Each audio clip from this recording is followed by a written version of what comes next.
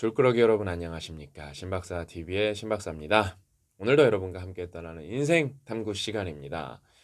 오늘 좀 뭐랄까 재미도 있고 의미도 깊은 얘기를 함께 나눠보려고 합니다. 제목 보고 들어오신 것처럼 왜 대부분의 부자는 조금 더 행복하게 살까? 뭐 많이 행복한 사람도 있고 조금 더 행복한 사람도 있는데 상대적으로 왜 더 행복할까? 그러면은 뭐 그건 아니겠죠. 돈이 더 많아서.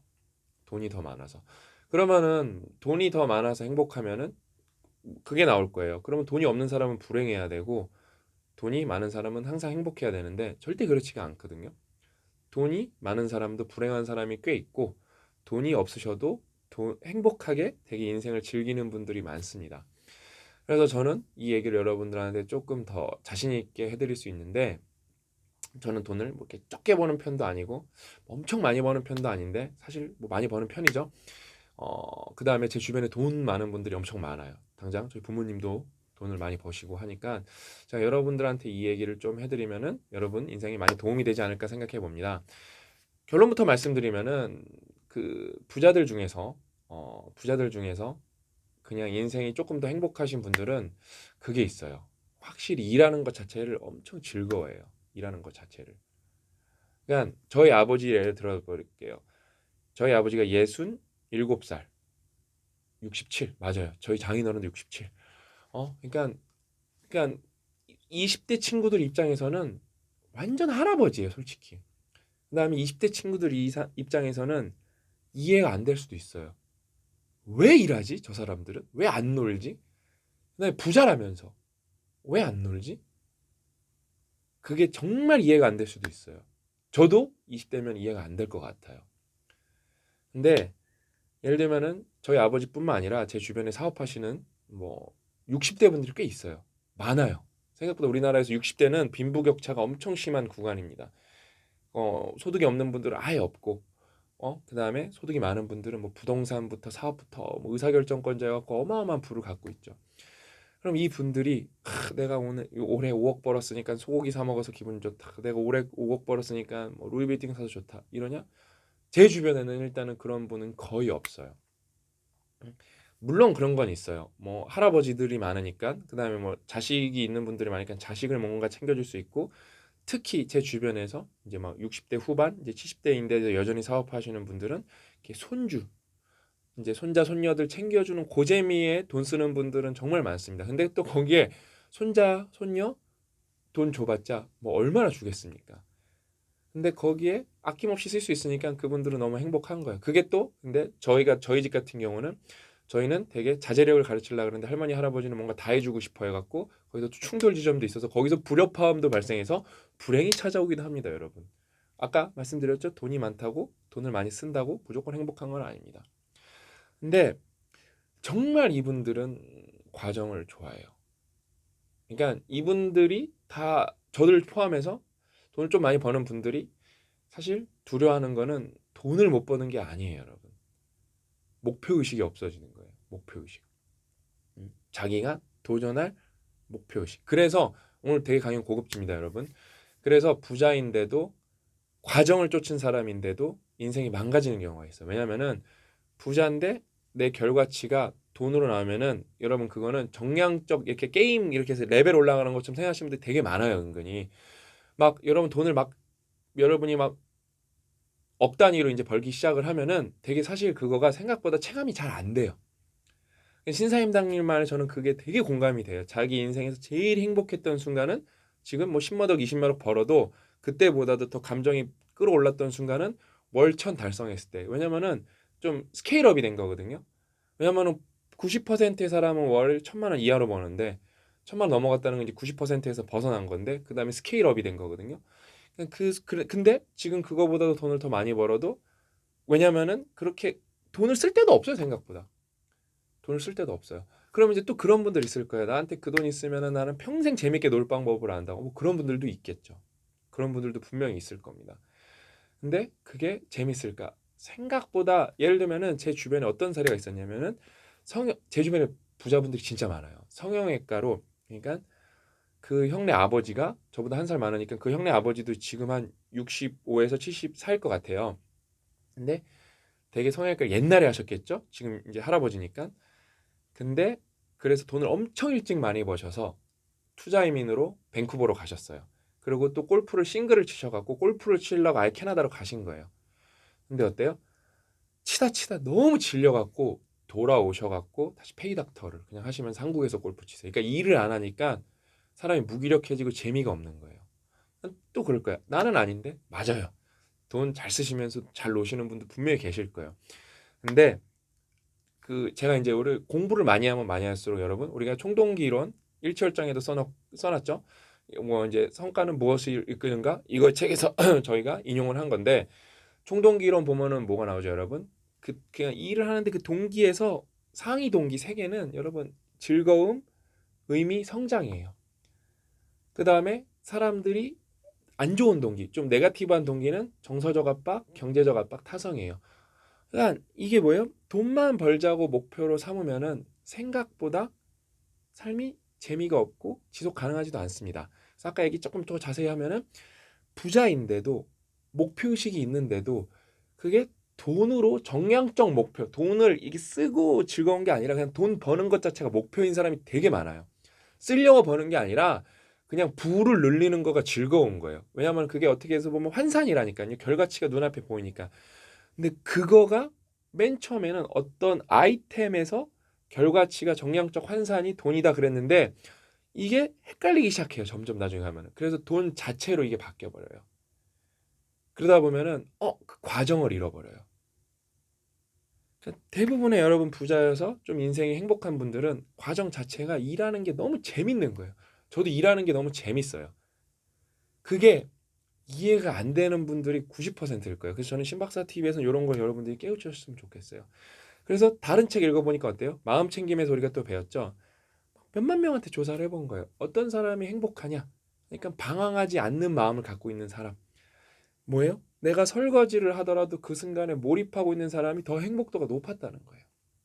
그러니까 비즈니스 책 읽어도 마음 챙김 책 읽어도 뭐 심리학 책 읽어도 이제 우리가 다른 책에서 공부를 이것저것 많이 하면서 결론이 이렇게 가는 거예요. 내가 이 순간에 집중할 수 있냐. 근데 부자가 조금 더 유리한 게 있어요. 왜? 목표가 명확하면은 쫓아가기가 편하거든요. 부자는 돈으로 그거를 정량화했기 때문에 정량화해놨기 때문에 아까 그래서 뭔가 와전되는 경우가 나오는 거예요. 그게 목표가 정량화되어 있는 거지 그 숫자 자체는 목표가 아닌데 그거에 스스로 그걸 잊어버리고 망각해서 빠져들이는 분들은 이상한 행동을 하게 됩니다. 돈 때문에. 근데 이게 되게 정량화돼 있으니까 뭐라 그럴까 목표에 더 다가가기가 쉬운 경우가 많아요. 그다음에 이제 부자라는 경우는 생각보다 그런 경우가는 잘 없습니다. 그러니까 부자가 되려면 여러분이 결국엔 여러분 사업하셔야 됩니다. 아니면은 전문직으로 가시거나 아니면 투자를 하시거나 월급만 모아서 부자가 되기는 뭐 개인적 의미에서 부자가 될 수는 있겠지만 쉽진 않아요. 아니면은 임원급까지 가야 됩니다. 임원급. 그러니까 임원급만 돼도 벌써 이 얘기가 다 맞아 떨어지는 거예요. 임원급만 돼도 회사의 이익이 자기한테 이익 쉐어로 어마어마하게 돌아오기 때문에 벌써 내가 하는 일과 그 정량적으로 세상이 만들어 놓은 꼴이 매칭이 잘 돼요. 근데 그냥 내가 그냥 회사에서 일을 하면은 내가 엄청 일을 잘해도 그걸 보상 못 받는 경우가 생각보다 많거든요. 그러니까 이게 매칭이 잘 안 되죠. 그래서 이제 그러면 또 그거예요. 그 월급쟁이들한테 그럼 나는 월급쟁이인데 회사 그만두네. 그러면 안 되죠. 왜냐면은 그러면은 여러분이 불확실성을 다 떠안아야 되는데 그걸 떠안을 수 있는 여러분이 안티프레지라는 시스템을 갖고 있냐 대부분이 없거든요. 그러면은 뭐가 있죠? 뭐 투자를 해보는 방법이 있겠죠. 아니면 부업을 해보는 방법이 있겠죠. 그럼 제가 여기서 투자 얘기 한번 해드릴게요. 저는 투자를 하냐? 저도 하죠. 저도 하죠. 저는 주식 투자도 많이 했었어요. 많이 했었는데 다 접고 지금은 돈이 필요해서 저희 회사에다가 넣어놨죠. 회사에다가. 왜냐면 회사에 돈 들어가는 게 많거든요. 중소기업은. 뭐 회사를 찰 때 자본금도 얼마 안 되지만 넣어야 되고 그다음에 주식을 뭐 사거나 양도 받을 때 저는 사실 이제 비상장 거래에다가 투자를 많이 하고 있는 거죠. 그다음에 저는 여유가 생기면은 일반 주식도 뭐 사고 싶은 회사들 제가 사겠지만 사고 싶은 회사 제가 사겠지만 저는 스타트업에서 투자를 많이 할 것 같아요. 비상장에.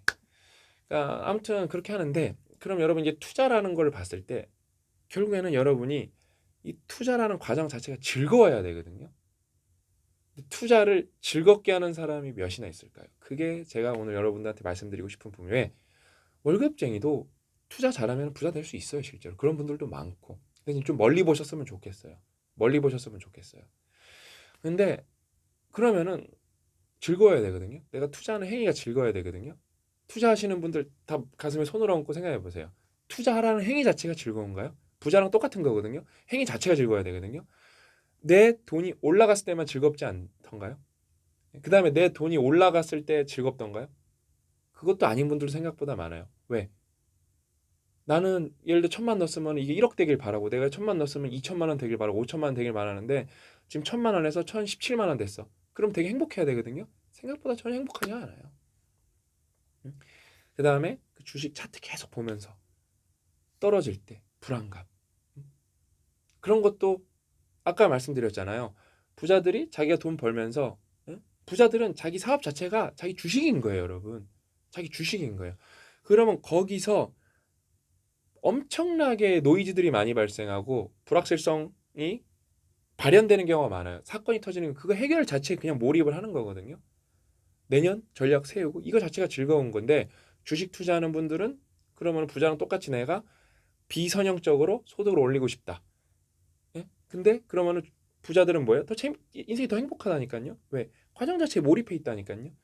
그럼 투자 자체를 되게 즐겁게 바라볼 수가 있고, 그 과정 자체에서 업앤다운이 있어도 내가 투자하는 행위 자체가 즐거워야 되는데 과연 즐겁냐고. 그러니까 생각보다 그렇지 않으실 거예요. 그러니까 저는 여러분이 행복했으면 좋겠어요. 근데 그 행복이라는 거는 마음 먹는다고 될 일은 좀 아니에요. 어떤 노력이 있어야 행복할 수 있거든요. 그 다음에 그 예를 들면은 그러니까 몰입하면은 되게 정말 그 감정 중에서 고차원적인 감정인데, 플로우에서 몰입 이론이 뭐예요? 그냥 과제 난이도가 너무 쉽고 내 실력이 너무 높으면은 이러면 인생 꿀일 줄 아는데 지루해져요. 몰입이 안 돼요. 어때? 약간 도전적인 과제에서 내 실력이 비등비등해야 약간 뭔가 긴장감도 있으면서 힘듦도 있으면서 거기서 몰입이 일어나는 거거든요. 그러니까 그 다음에 이제 과제 난이도가 너무 높고 그다음에 내 실력이 너무 떨어지면은 아예 쫓아갈 마음이 안 드는 거고. 그러니까 여러분, 부자는 생각보다 과정에 몰입을 하는 사람들이 많고, 이 전후 관계가 어떻게 되는지는 모르겠지만 부자여서 과정에 몰입하는 사람도 많고 과정에 몰입해서 부자가 된 분들도 많아요. 근데 우리는 항상 뭔가 잘못 알고 있는 경우가 너무 많아요. 돈이 많으니까 행복하겠지.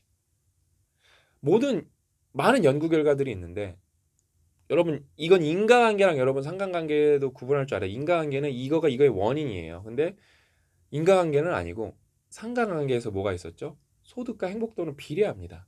어느 지점까지. 저는 근데 그 옛날 자료 500만 원에서 꺾인다, 그건 아닌 것 같아요. 한 1,000만 원 가면 어느 정도부터 제가 아까 말씀드린 것처럼 꺾이지 않을까 싶은데, 그거는 이제 뭐 조사를 정량적으로 잘 해봐야 될 텐데 일단은 비례한다니까요.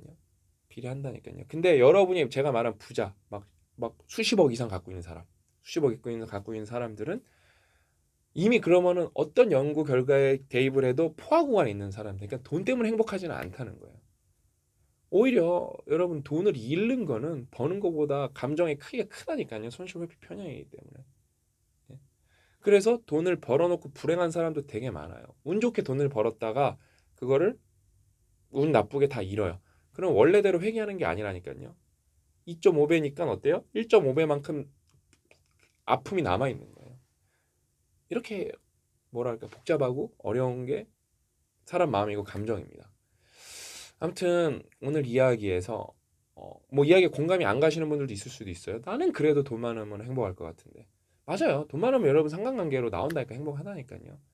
근데 돈 없어도 행복할 수도 있고 돈 있어도 불행할 수도 있다니까요. 그걸 아셔야 돼요. 근데 돈이 무조건 많다고 행복해질 거라고 철석같이 믿고 있는 분들은 저는 나중에 엄청난 리스크를 안고 살아가지 않나, 프레질한 삶을 사는 건 아닌가 하고 저는 계속 생각을 하게 됩니다. 아무튼 우리 졸꾸러기 여러분들 다 진짜 행복하셨으면 좋겠고, 그냥 뭐 설거지를 해도 그다음에 공부를 해도 뭐 투자를 해도 다 몰입을 하고 좀 과정 자체가 행복하셨으면 좋겠습니다. 예.